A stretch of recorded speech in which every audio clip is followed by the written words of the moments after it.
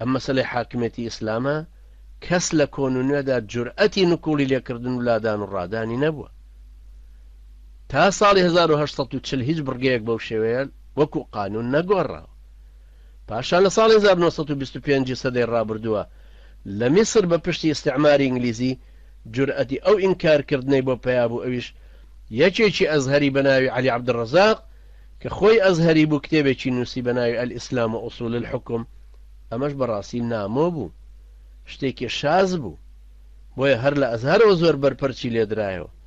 جگەلەوەی لە جیهانی ئیسلامیە زۆر کتێبی لەسەر نووسرا. یەکێکی وەکو دکتۆر عومەر سلێمان لە ئەشقەر کە کتێبێکی نایاوی لەسەر شەرع و یاسا نووسیوە بەناوی الشەریعەة الئیسلامیە لا القوانین الوضعیە، کە بە شێوەیەکی زۆر بەرفراوان و بنبڕ ئەقوالی زانایان و شەرعناسان و بیرمەندانی کۆن و نوێی مسلمان و غەیرە مسلمانیشی لەسەر بەهێزی و بەپێزی شەریعەتی ئیسلامەکە نووسیوە، هێناوێتیەوە هەمووی فتوای زۆری زانایانی لەسەر ڕوون کردوێتەوە کە خۆشی دوای توێژینەوەکەی ئەفەرمێ لەم توێژینەوەی ئەم باسە دوور و درێژەوە بۆمان دەرکەوت کە 2 پۆل خەڵک لەو مەسەلەدا بێگومان کەوتونەتە کوفرەوە.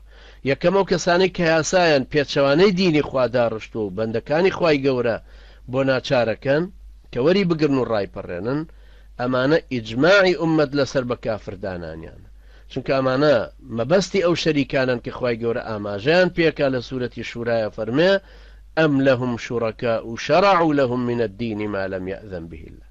یان گوایە شەریکیان هەیە و بۆ خوادایان ناون تا یاسا و ڕێسای وایان بۆ داڕژن کە خوای گەورە مۆڵەتی پێنەداون. هەر ئەمانەشن مەبەز لە شەریک و هاوبەشانی باسکراو لە ئاەتی أنعام 137 وكذلك زين لكثير من المشركين قتل أولادهم شركاؤهم. هەر ئاوا ئەو کەسانی وەک شەریک بۆ خوادان رابوون کوشتنی مناڵەکانی مشریکەکانیان لا پەسەندەکردن تا بیان کوژن. ئەم پەسەندکردنەشیان بوو کە یاسای حەڵالکردنی کوشتنەکان بۆ دەرکردبوون کە شتێکی چاکەیە و بیکەن.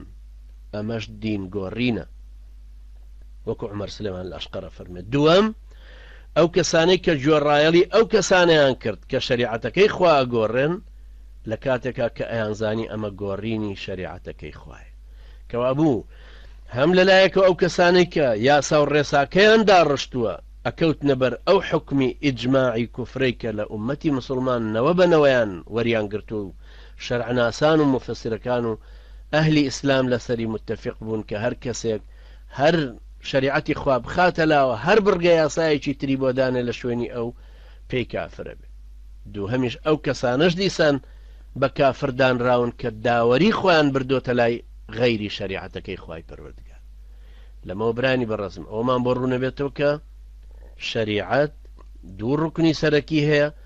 یەکێکیان تەسلیم بوون بەوەی کە تەنها خوای گەورە مافی یاسا و ڕێسا و ڕێساداڕشتنی هەیە، ئەوی تریان ڕازی بوونە بە شریعەتی خوا و دەربڕینی ئیمانە پێی و هەروەها داوەری بردنە لای حکمی شەرعەکەیە و ڕازی بوونە بە حکمەکە و چەسپاندنی حکمەکەشێتی.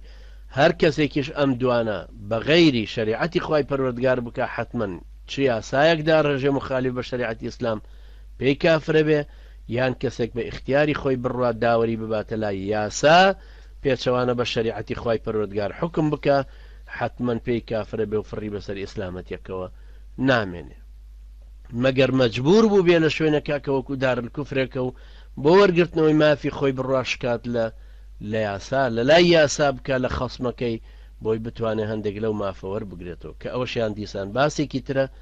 خوای پەروەردگار ئێمەشی ئێوە سەرکەوتوو بکە بمان خاتر ریزی ئەو کەسانەی کە یارمەتیانەدا تا لە دینەکە تێبگەن بۆ ئەوەی پەیامی خوای هەڵگرن و بەو پەڕی ئازایەتی و جورئەتەوە بیگەێنەوە تاکو خوای پەروەردگاریش لێیان ڕازی بێ.